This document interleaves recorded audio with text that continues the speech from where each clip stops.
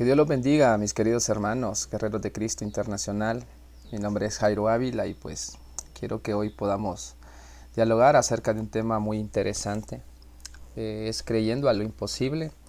Pidámosle a nuestro Padre Celestial que nos ayude en este tiempo, diciéndole: Padre bendito, en este tiempo maravilloso, ayúdanos, Señor, a entender una porción de tu palabra para poder creer a lo imposible y poder poner la mirada en ti, Señor. Así que seas tú el exaltado y el glorificado, que seas tú el centro de nuestras palabras, Señor, porque sin ti nada somos, separados de ti nada podemos hacer. En el nombre de Jesús, amén.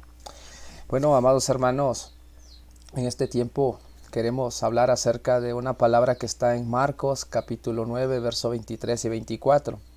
La palabra del Señor dice: Jesús le dijo: si puedes creer, al que cree todo le es posible. E inmediatamente el padre del muchacho clamó y dijo: creo, ayuda a mi incredulidad.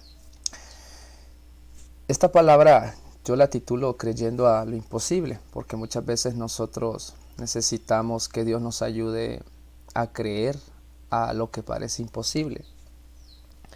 Y algo que tenemos que hacer es combatir contra la incredulidad. Cuestión que a veces nosotros como seres humanos no lo hacemos, pero Dios nos ayuda.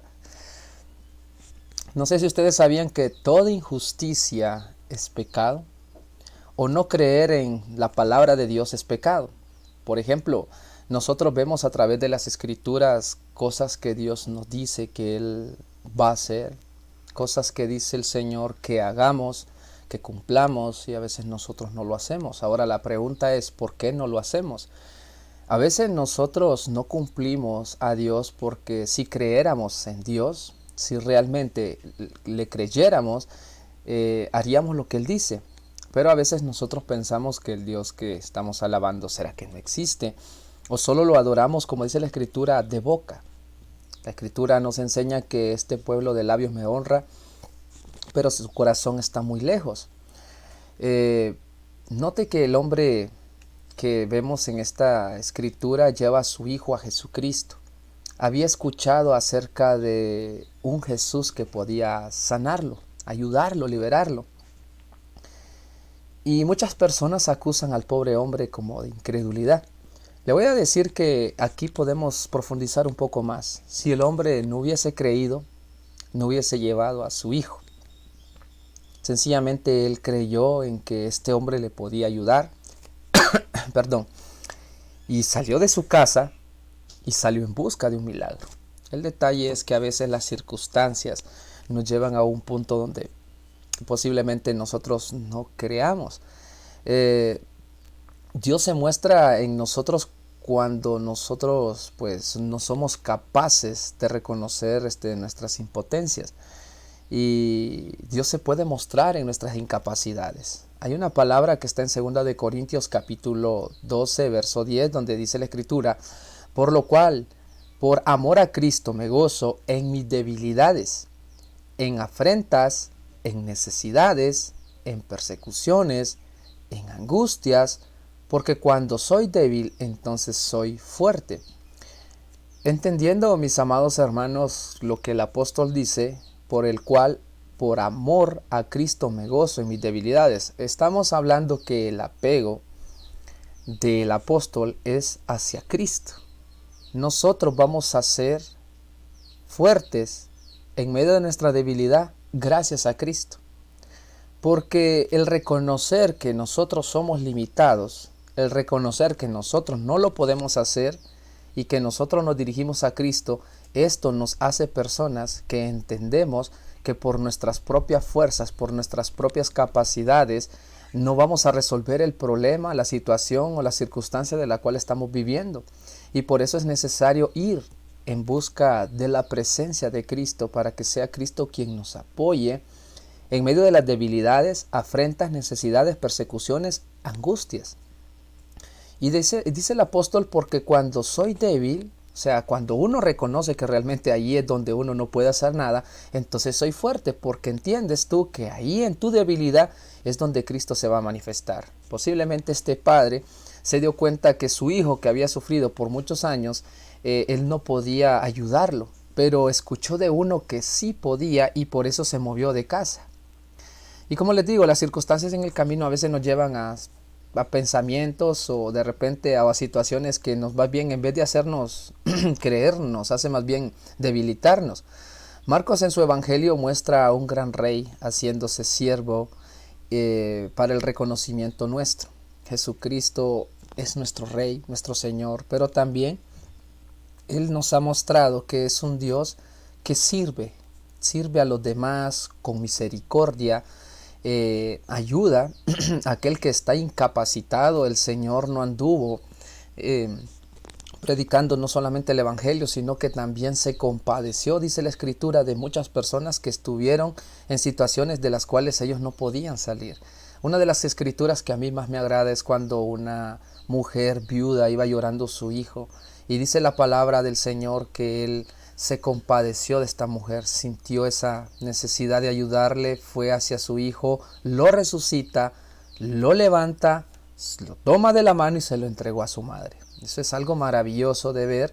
Y pues hay muchos que dicen, no, es que ustedes solamente se basan al sentimentalismo. No somos almáticos, somos personas que enfocamos nuestra vida en Jesús. Nosotros tenemos a Jesucristo como el centro de nuestra vida. Oramos basados a la Escritura, pero en la Escritura hay cosas que se muestran cómo Cristo se movió, no por sentimientos, sino que Él fue conmovido en las situaciones que Él iba a hacer algo. Por ejemplo, Él fue a resucitar a Lázaro, era algo que Él ya había determinado para la gloria del Padre, pero de igual manera en el camino pues sintió necesidad pues de expresar ese amor en su llanto. Jesús lloró.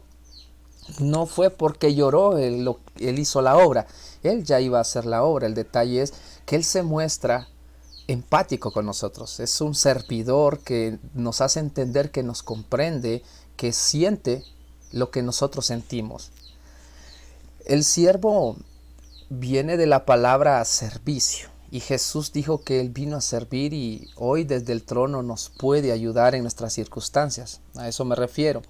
La palabra del Señor en el libro de Marcos 9:14 dice la escritura: cuando llegó a donde estaban los discípulos, vio una gran multitud alrededor de ellos, y escribió que, llegó a la multitud alrededor de ellos y les preguntó qué disputaban con ellos. Entonces vemos que Jesucristo llega hacia ellos y ve una discusión. O sea, estamos hablando que Jesucristo estaba en un lugar apartado y luego llega al lugar donde están los discípulos, ve una gran multitud, ve lo que son unos escribas ahí que estaban discutiendo contra los discípulos, y Jesús pues les pregunta a sus discípulos que estaban disputando con ellos.